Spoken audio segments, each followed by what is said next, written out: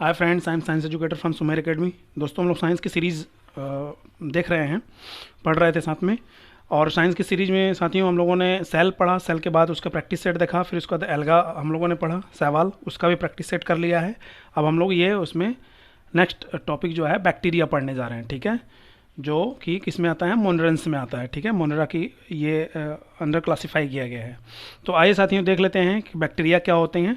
हालांकि हम लोग क्लासिफिकेशन पढ़े नहीं है, क्लासिफिकेशन जब डिटेल में पढ़ेंगे तो उसमें बाकायदा हम लोग मोनरेंस क्या होते हैं, मोनरेंस की क्या क्वालिटी होती है, क्या उनके हैबिटेट होते हैं, वह मोड ऑफ न्यूट्रिशन वगैरह सारा कुछ क्या होता है। तो ये है कि बैक्टीरिया मोनरेंस में ही रखे गए हैं, ठीक है। इनका जो किंगडम है ये मोनेरा है। तो इसको आज हम लोग देखते हैं कि बैक्टीरिया के बारे में, खासतौर से एस्चेरिचिया कोलाई के बारे में हम लोग स्टडी करेंगे, जो कि कहाँ पाया जाता है, ह्यूमन बींग्स के जो स्मॉल इंटेस्टाइन होती है, जो छोटी आंत होती है, उसमें ये पाए जाते हैं एस्चेरिचिया कोलाई, ठीक है। आइए तो देखते हैं साथियों बैक्टीरिया। बैक्टीरिया यानी कि जीवाणु, जो बैक्टीरिया को हिंदी में जीवाणु बोलते हैं।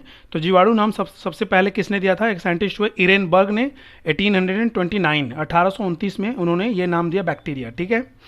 अगला पॉइंट इसमें क्या है साथियों, मैंने की पॉइंट्स करके बस केवल पॉइंट वाइज बुलेट पॉइंट कर दिया है। और क्या है, लुईस पास्चर, जिनका कि लाइफ टाइम कितना रहा है, 1820 से 1895, ने फर्मेंटेशन, किण्वन पर कार्य किया और बताया कि जो फर्मेंटेशन जो किण्वन होता है वो किसके द्वारा होता है, जीवाणुओं के द्वारा होता है, ठीक है।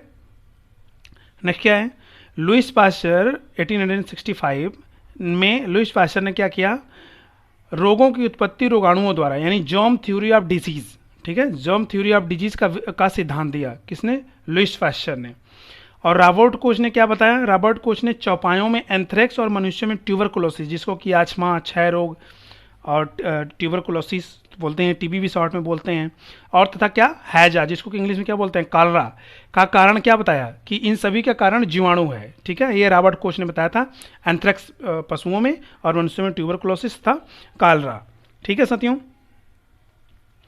और क्या है आगे, बैक्टीरिया का अध्ययन स्टडी किस में करते हैं, बैक्टीरियोलॉजी। ये इतने वास्ट हैं, अगर पूरे अर्थ पे अगर हम बात करें तो सबसे ज़्यादा अगर की मात्रा में अगर कुछ है, कोई अगर जीव है, कोई ऑर्गेनिज्म है, तो वो क्या है, मोनरेंस है, बैक्टीरिया है, ठीक है साथियों। तो इनकी इतने ज़्यादा वास्ट होने की वजह से अब इनके लिए इनकी स्टडी के लिए एक अलग ही ब्रांच साइंटिस्टों ने सेपरेट बना दिया, जिसको हम लोग क्या बोलते हैं, बैक्टीरियोलॉजी। जीवाणु विज्ञान में हम लोग इसका अध्ययन करते हैं। अच्छा, आगे फादर ऑफ माइक्रोबायोलॉजी किसे कहते हैं? लुईस पास्चर को, ठीक है, फादर ऑफ माइक्रोबायोलॉजी। और फादर ऑफ बैक्टीरियोलॉजी किसे बोलते हैं? लीवेनहॉक को। ये ध्यान रखें कि microbiology father of Lewis pasture को माइक्रोबायोलॉजी के लिए, और बैक्टीरियोलॉजी के लिए किसको, लीवेनहॉक को जाना जाता है। और फादर ऑफ मॉडर्न बैक्टीरियोलॉजी किसको बोलते हैं? रॉबर्ट कोच को, जिन्होंने क्या किया था, एंथ्रेक्स की खोज की थी, कॉलरा की, टीबी की, ठीक है। आगे क्या है, नोट में देख लेते हैं क्या लिखा है। सूक्ष्म जीवों के संबंध में अधिकांश खोज कब हुए थे? 1885 टू 1914, 1885 के से 1914 के बीच में सूक्ष्म जीव यानी माइक्रोब्स के बारे में सबसे ज़्यादा डिस्कवरी उस समय हुई थी। और इसकी वजह से क्या कहा, इस काल को, नहीं, समय को सूक्ष्म जीवों का क्या, स्वर्ण काल कहा गया, ठीक है। The golden age of bacteria या माइक्रोबायोलॉजी या माइक्रोब्स, द गोल्डन यानी स्वर्ण काल ऑफ किसका, the golden age of microbiology कहते हैं, ठीक है। क्योंकि उस समय, उस टाइम पीरियड में 1885 से लेकर 1814 में सबसे ज़्यादा माइक्रोब्स की खोज डिस्कवरी हुई थी। अब आए साथियों कुछ जनरल कैरेक्टर्स ऑफ बैक्टीरिया देख लेते हैं। खासतौर से ये मोनरेंस के बारे में ही होगा, लेकिन एस्चेरिचिया कोलाई के बारे में पर्टिकुलर पॉइंट आउट करके हम इसको देखेंगे। हम लोग जब क्लासिफिकेशन इसके बाद वाला जो टॉपिक मैं शुरू करूँगा वो क्लासिफिकेशन ही, ठीक है सॉरी। तो उसमें हम लोग काफ़ी डिटेल में देखेंगे। आइए कुछ जनरल कैरेक्टर देखते हैं क्या है बैक्टीरिया का। ये क्या होते हैं, यूनिसेलुलर एंड प्रिमिटिव ऑर्गेनिज्म है। यूनिसेलुलर होते हैं, एक सेल, इनकी बॉडी स्ट्रक्चर जो पूरा बॉडी फॉर्मेशन होता है केवल ओनली वन सेल होता है, ठीक है, केवल एक सेल होती है, एक कोशिका होती है। और ये प्रिमिटिव ऑर्गेनिज्म है। पूरी अर्थ पे सबसे पहला कोई प्राणी अगर आया तो क्या था, बैक्टीरिया था, ठीक है, प्रिमिटिव ऑर्गेनिज्म्स। आगे क्या है, ये क्या होते हैं, सर्वव्यापी यानी कॉस्मोपॉलिटन है, जो कहाँ कहाँ पाए जाते हैं, जल, थल, वायु, जीवित, मृत तथा पौधों तथा जंतुओं पर वास करते हैं। मतलब ऐसा कोई जगह, देखिए ना, जल, थल, वायु तो हो ही गया, अब वायु में भी होते हैं। जीवित और मृत प्राणियों पर, पौधों पर, जंतुओं पर, सभी पे पाए जाते हैं, ठीक है। इसीलिए इनको कॉस्मोपॉलिटन यानी सर्वव्यापी बोलते हैं, ठीक है। ओमनी प्रेजेंट वर्ड यूज नहीं करेंगे साथियों। ओमनी प्रेजेंट मतलब भी सर्वव्यापी होता है, लेकिन ओमनी प्रेजेंट पॉजिटिव सेंस में है, और ये गॉड के सेंस में यूज किया जाता है कि गॉड इज ओमनी प्रेजेंट, यानी ये सर्वव्यापी है, परमात्मा यानी ईश्वर। लेकिन जो कोई माइक्रोब्स के लिए हम क्या बोलते हैं, कॉस्मोपॉलिटन वर्ड यूज करते हैं, ठीक है। नेक्स्ट क्या है, ये बर्फ तथा गर्म के बर्फ, ये बर्फ में भी आइसबर्ग, अगर आप बर्फ का बहुत बड़ा टीला, अगर वो पर्वत है, अगर उसको उठाएंगे तो उस पर भी, उसके नीचे भी आपको माइक्रोब्स मिल जाएंगे, ठीक है। बर्फ और गर्म जल के झरनों, यानी बहुत अगर हॉट अगर लेक है, बहुत गर्म झरने हैं जिसमें कि अगर 80 डिग्री सेल्सियस तक के तापमान पर भी ये पाए जाते हैं, ठीक है। वेरी हार्श कंडीशन में भी ये पाए जाते हैं। हम सोचिए, अब हम लोग पानी को 100 डिग्री सेंटीग्रेड सेल्सियस पे गर्म करते हैं, खौलाते हैं, पूरा बॉयल करते हैं। अगर उससे कम अगर खौलाते हैं, अगर 100 डिग्री सेल्सियस से कम अगर गर्म करते हैं हल्का, तो उसमें माइक्रोब्स के यानी बैक्टीरिया के मरने के चांसेस नहीं है, यानी कि वो मरेंगे नहीं, ठीक है। इसीलिए ये सलाह डॉक्टर देते हैं कि आप 100 डिग्री सेंटीग्रेड तक उसको बॉयल करें और अच्छे से, तो उस पर भी ये सर्वाइव कर जाते हैं। आगे क्या, इनमें सेल वॉल क्या होती है, सेल वॉल इसमें क्या होती है, पाई जाती है, लेकिन वो किसकी बनी होती है, वो पेप्टाइडोग्लाइकन की बनी होती है, एक्सेप्ट किसमें, आर्की बैक्टीरिया एंड माइकोप्लाज्मा। ये दो जो है बैक्टीरिया के टाइप हैं, क्लासेस अलग अलग हैं। इसमें क्या होती है, इसमें सेल वॉल नहीं पाई जाती, आर्की बैक्टीरिया एंड माइकोप्लाज्मा में, ठीक है। आगे क्या है, सेल ऑर्गेनेल्स क्या होते हैं, बिल्कुल डेवलप्ड नहीं होते हैं, पाए नहीं जाते हैं, ठीक है। जैसे एंडोप्लाज्मिक रेटिकुलम, प्लास्टिड्स, ये सब क्या होते हैं, नहीं डेवलप होते हैं। न्यूक्लियर मेम्ब्रेन नहीं होता है, न्यूक्लियोलस नहीं होता, इसीलिए तो इनको यूनिसेलुलर और प्रिमिटिव बोलते हैं, प्रोकैरियोट्स बोलते हैं। ये प्रोकैरियोट भी हैं, ठीक है, बैक्टीरिया को प्रोकैरियोट्स भी बोलते हैं। क्यों, क्योंकि इनके जो न्यूक्लियस होता है वेल डिफाइंड नहीं होता है, वेल डेवलप्ड नहीं होता है, यानी कि इनके न्यूक्लियस के चारों तरफ मेम्ब्रेन बाउंड नहीं पाया जाता है, ठीक है। आगे क्या है, इंसिपिएंट न्यूक्लियस, यानी कि आरंभिक केंद्रक होते हैं। आरंभिक केंद्रक वही, उसी को आरंभिक केंद्रक बोलते हैं जिस केंद्रक के आगे चारों तरफ यानी कि न्यूक्लियर मेम्ब्रेन यानी केंद्रक कला नहीं पाई जाती है, ठीक है, जैसे कि प्रोकैरियोट में होते हैं। इंसिपिएंट न्यूक्लियस में सामान्य गुणसूत्र नहीं होते, यानी कि नॉर्मल क्रोमोसोम जैसा यूकैरियोट्स में होते हैं वैसा तो नहीं होता, लेकिन डीएनए होता है जिसको कि न्यूक्लियोइड बोलते हैं, ठीक है। डीएनए होता है लेकिन जिसको न्यूक्लियोइड बोलते हैं, और उसके साथ हिस्टोन प्रोटीन नहीं होता। हिस्टोन प्रोटीन अगर पाया जाता है तो वेल डेवलप्ड हो जाता है, ठीक है।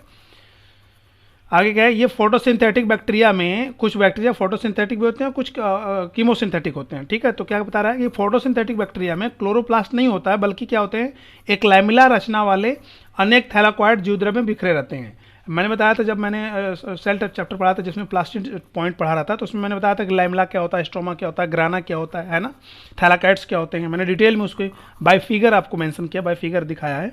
तो अगर आप नहीं जानते हैं तो आप उस लेक्चर को जाकर के देखिए, सेल चैप्टर से जो भी है उसमें आपको बाकायदा स्टडी करवाई गई है, ठीक है। तो क्या होता है इसमें, प्लास्टिड्स, क्लोरोप्लास्ट तो नहीं होता, लेकिन थैलाकॉइड्स लाइक स्ट्रक्चर जो है वो साइटोप्लाज्म में बिखरे पड़े होते हैं, जिससे ये क्या करते हैं, फोटोसिंथेटिक प्रोसेस करते हैं। आगे क्या है, राइबोसोम्स, इसमें क्या होता है, 70S प्रकार के, मैंने बताया कि राइबोसोम्स 2S प्रकार के होते हैं, 80S एंड 70S, ठीक है। तो 70S प्रकार के होते हैं, जो प्रोकैरियोट होते हैं उसमें 70S प्रकार के होते हैं, ठीक है ना। और ये क्या है, ये कोई यूनिट नहीं है, साइंटिस्ट के नाम पे, जो साइंटिस्ट ने जिसने इसको इन्वेंट किया था, डिस्कवर किया था, उसके नाम पे ये एस रखा गया है, ठीक है, क्योंकि राइबोसोम्स की कोई यूनिट नहीं होती है। और जिसको कि हम क्या बोलते हैं, पॉलीसोम्स भी बोलते हैं, ठीक है। पॉलीसोम्स ये होता है क्या, पॉलीसोम्स या मिजोसोम्स भी बोलते हैं। ये जो इनर मेम्ब्रेन होती है ना, वो इनवर्ड फोल्डिंग उसमें हो जाती है। इनर मेम्ब्रेन में जो प्लाज्मा मेम्ब्रेन होती है उसमें इनवर्ड फोल्डिंग, यानी कि अंदर की तरफ वो मुड़ जाता है, उसी को हम क्या बोलते हैं, पॉलीसोम्स बोलते हैं। रिप्रोडक्शन समानता क्या होती है, बाइनरी फिजन, खास तौर से मोनरेंस में, यानी पूरे बैक्टीरिया में बेसिकली जो वेल डेवलप्ड और फेमस्ड है, जो सबसे ज़्यादा वो यूज करते हैं जिस मेथड को रिप्रोडक्शन के केस में, कौन सा, बाइनरी फिजन। बाइनरी फिजन में क्या होता है, एक पेरेंट सेल जो होती है वो लंबाई में बढ़ करके इलोंगेटेड होकर के क्या होती है, दो पार्ट में डिवाइड हो जाती है, ठीक है, फेवरेबल कंडीशन आने पे, ठीक है, अनुकूल परिस्थिति आने पे एक से दो डॉटर सेल में डिवाइड हो जाती है, उसी को हम क्या बोलते हैं, बाइनरी। बाई मीन्स दो होता है, ठीक है, फिजन मीन्स टूटना। एक पेरेंट सेल, एक मदर कोशिका, दो डॉटर सेल में, पुत्री कोशिका में बढ़ जाती है, उसी को हम क्या बोलते हैं, बाइनरी फिजन बोलते हैं। जो एक प्रकार का क्या है, ए माइटोटिक जो है ना, असूत्री विभाजन है, ठीक है। अर्धसूत्री विभाजन नहीं है। असूत्री मतलब कि क्या होता है, अर्धसूत्री उससे बोलते हैं मेयोसिस डिवीजन या मेयोटिक डिवीजन, जिसमें क्रोमोजोम्स हाफ नंबर हो जाते हैं, यानी क्रोमोजोम्स भी डिवाइड हो जाते हैं, बट जाते हैं। लेकिन ए माइटोटिक उससे बोलते हैं जिसमें कि क्रोमोजोम्स हाफ नहीं होते हैं, ठीक है, यानी जितने पेरेंट सेल में, मदर कोशिका में क्रोमोजोम्स थे उतने ही डॉटर सेल में पहुंचेंगे क्रोमोजोम्स, ठीक है। ये बाइनरी फिजन होता है, सॉरी ए माइटोटिक होता है।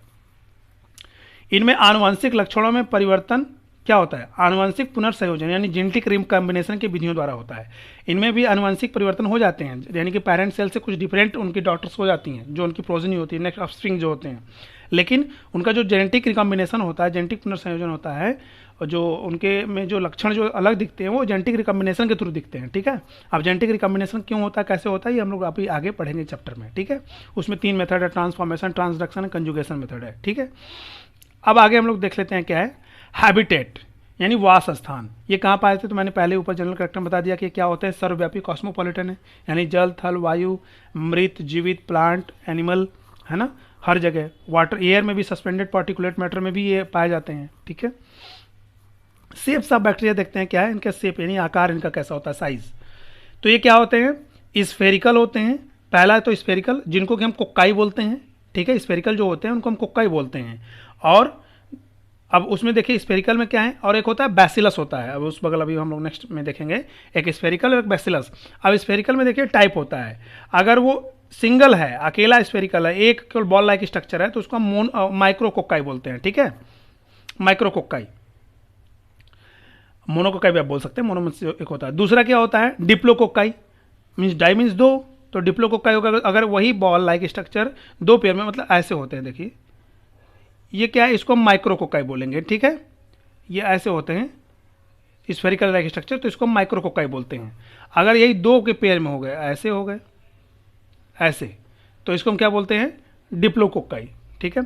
और स्ट्रेप्टोकोक्काई थर्ड क्या होता है, अब स्ट्रेप्टोकोक्काई क्या होता है, जब ये एक जंजीर चेन लाइक स्ट्रक्चर, जब ये लंबे चेन के लाइक स्ट्रक्चर बना लेते हैं, जंजीर के लाइक स्ट्रक्चर बना लेते हैं, तो इसको हम क्या बोलते हैं, स्ट्रेप्टोकोक्काई बोलते हैं, ठीक है।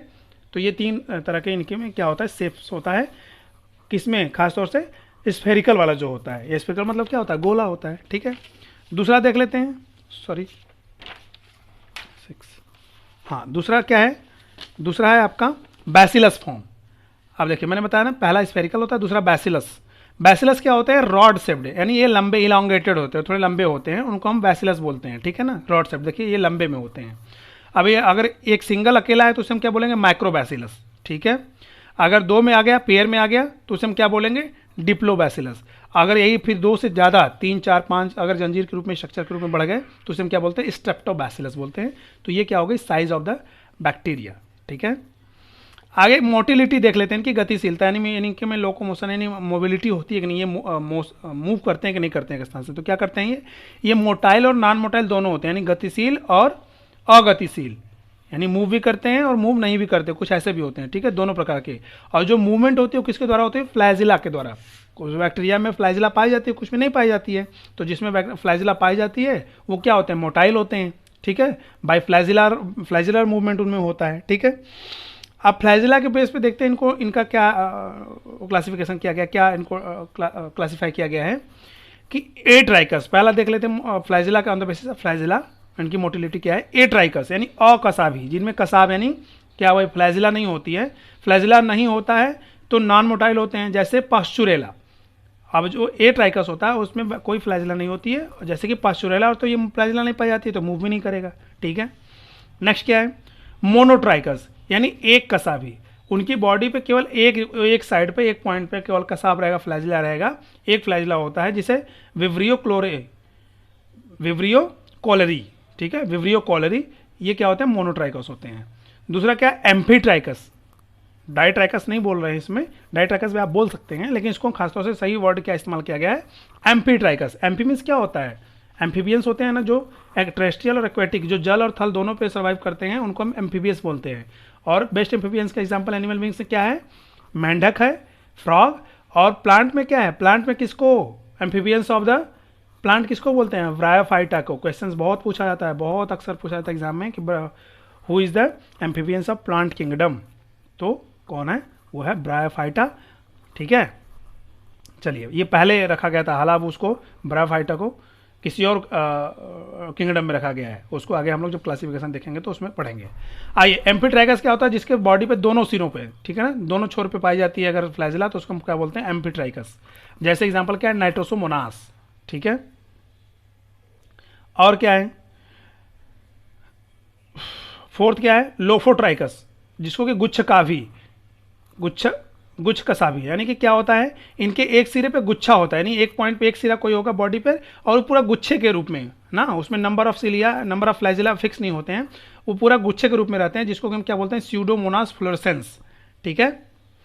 फिफ्थ क्या है, पेरीट्राइकस, पेरीट्राइकस, पेरीट्राइकस क्या होता है, पेरीफेरी मतलब क्या होता है, चारों तरफ, पेरीफेरी बोलते हैं ना, पेरीमीटर, पेरीफेरी मतलब चारों तरफ जिसके परिरोम, जिसे बोलते हैं परिरोम, यानी जिसके संपूर्ण शरीर पर कसाब होते हैं, उसे हम क्या बोलते हैं, पेरीट्राइकस। जैसे क्या है आपका एस्चेराइकिया क्लॉस्ट्रीडियम, इसकी बॉडी पे चारों तरफ क्या होता है, फ्लैजिला पाए जाते हैं। ठीक है, आगे देखते हैं अब क्या है, स्ट्रक्चर ऑफ बैक्टीरियल सेल। अब हम थोड़ा स्ट्रक्चर देख लेते हैं क्या होता है। इसकी कोसा एक भित्ति से घिरी होती है जो क्या पॉलीसैकेराइड, लिपिड और प्रोटीन की बनी होती है। ठीक है, और खासतौर से कोसा भित्ति में क्या, सेल वॉल में क्या, पेप्टाइडोग्लाइकन की बनी होती है। इसमें क्या होता है, म्यूकोपेप्टाइड पदार्थ होता है जिसमें क्या होता है, acetyl glucosamine and acetyl muramic acid के अणु एक दूसरे के बाद जुड़े रहते हैं। ठीक है, यानी कि इसमें क्या होता है, म्यूकोपेप्टाइड पदार्थ जो होते हैं जिसमें कि acetyl glucosamine and acetyl muramic acid के अणु एक दूसरे से जुड़ करके ये वॉल की संरचना करते हैं। भित्ति में क्या होता है, एल एलानिन, डी एलानिन और डी ग्लूटामिक एसिड। ठीक है, ये सब चीज़ें उसमें पाई जाती है, किसमें, भित्ति में। ठीक है, वॉल में, और खासतौर से पेप्टाइडोग्लाइकन भी उसमें पाया जाता है, भी पाए जाते हैं। आइए अब आगे देखते हैं क्या है। कुछ जीवाणुओं में काइटिन, अच्छा जीवाणु बैक्टीरिया का जो सेल वॉल होता है वो किसका बना होता है, काइटिन का बना होता है। ठीक है ना, तो इसको आप याद रखेंगे। कुछ की कोसा भित्ति में सेलुलोज, सेलुलोज इसको हम बैक्टीरियल सेलुलोज, इसको आप छोड़ दीजिए साथियों, इसको जाने दीजिए, इसको रहने दीजिए, इसको आप जो इवॉल्व फॉर्म है पहले वाले में ऐसा क्लासिफाई किया गया था, लेकिन आप इसको छोड़ दीजिए, इसको आप रहने दीजिए। ठीक है, आगे क्या, इनकी भित्ति के चारों तरफ अपवंक स्लाइम की एक परत होती है जो जीवाणु की वृद्धि के समय यह अपवंक फूलकर सख्त होकर एक कैप्सूल बनाती है। जो इनकी भित्ति के चारों तरफ क्या होता है, एक स्लाइम अपवंक बोल रहा है जो एक कैप्सूल होता है। एडवर्स कंडीशन आने पे, यानी जब कोई हार्श कंडीशन आता है, जब जैसे बहुत ज़्यादा टेम्परेचर बढ़ गया, बहुत ज़्यादा ह्यूमिडिटी बढ़ गई इन्वायरमेंट में, जब बैक्टीरिया को सर्वाइव करने में मुश्किल होती है, तो क्या करते हैं, अपने प्रोटोप्लाज्म के चारों तरफ, जीव द्रव्य के चारों तरफ क्या करते हैं, एक हार्ड स्ट्रक्चर बना लेते हैं स्लाइम के, जिसको अपवंक हिंदी बोलते हैं। ठीक है, और जिसको क्या होते हैं, कैप्सूल बना बोलते हैं। ठीक है, कैप्सूल लाइक स्ट्रक्चर बना लेता है। और वे जीवाणु जो कैप्सूल बनाते हैं, यह कैप्सूल जीवाणुओं की प्रतिकूल वातावरण में क्या करता है, रक्षा करता है। ठीक है ना, उनको प्रोटेक्ट करता है और स्टोर्ड फूड मटेरियल के रूप में भी काम करता है, तथा क्या करता है, इसके साथ ही इनके सूक्ष्म जो उत्सर्जित पदार्थ होते हैं वो भी इसमें एकत्रित होते रहते हैं। ठीक है, जो एक्सक्रीटरी मटेरियल उनके होते हैं वो भी इसमें कलेक्ट होते रहते हैं। ठीक है ना, आगे क्या है, कैप्सूल की वजह से नुकसान क्या है। अच्छा, जो कैप्सूल फॉर्मेशन हो जाता है इनकी बॉडी के चारों तरफ, प्रोटोप्लाज्म के चारों तरफ, उससे नुकसान क्या है कि जो WBC होते हैं ना, वो इनको नष्ट नहीं कर पाते। हमारे बॉडी में जो गार्ड सेल्स होती हैं, जो जर्म्स का, पैथोजेंस को जो किल करती हैं, जो उनका भक्षण करती हैं, उनको मार करके हमको रोगों से बचाती हैं, हमको बीमार पड़ने से बचाती हैं, वो कौन सी सेल होती हैं, WBC, white blood carp cells. ठीक है, तो जब ये कैप्सूल का फॉर्मेशन इनके चारों तरफ हो जाता है, बैक्टीरिया जब कैप्सूल का फॉर्मेशन कर लेते हैं, तो व्हाइट ब्लड सेल्स क्या करती हैं, उस कैप्सूल को क्या करती हैं, डिजॉल्व नहीं कर पाती हैं, उसको पिघला नहीं पाती हैं। इससे क्या होता है, वो काफ़ी प्रोटेक्टिव कवरिंग में रहते हैं और वो डेड नहीं हो पाते, किल नहीं हो पाते हैं। ठीक है, तो हम क्या होता है, हमारे लिए मुश्किल आता है, हम बीमार पड़ने लग जाते हैं। ठीक है, अगला पॉइंट क्या है, कैप्सूल का निर्माण किससे होता है, डेक्स्ट्रॉन, डेक्स्ट्रीन, लिवेन, सेलुलोज व पॉलीसैकेराइड एटसेट्रा से बने होते हैं। ठीक है, आगे क्या है, नए जीवाणुओं में रिक्तिकाएं नहीं होती हैं। अच्छा, जो नए जीवाणु जो होते हैं, जो डॉटर सेल न्यूली बॉर्न होते हैं, उनमें क्या रिक्तिकाएं नहीं, वैक्यूल्स नहीं पाई जाती हैं। ठीक है, लेकिन फिर क्या होता है, परंतु मैच्योर होने पर इनमें रिक्तिकाएं विकसित हो, जब ये मैच्योर हो जाते हैं, वेल डेवलप्ड हो जाते हैं, तो इनमें क्या होती हैं, वैक्यूल्स डेवलप कर जाते हैं। हरे जीवाणुओं में क्लोरोबियम, क्लोरोफिल,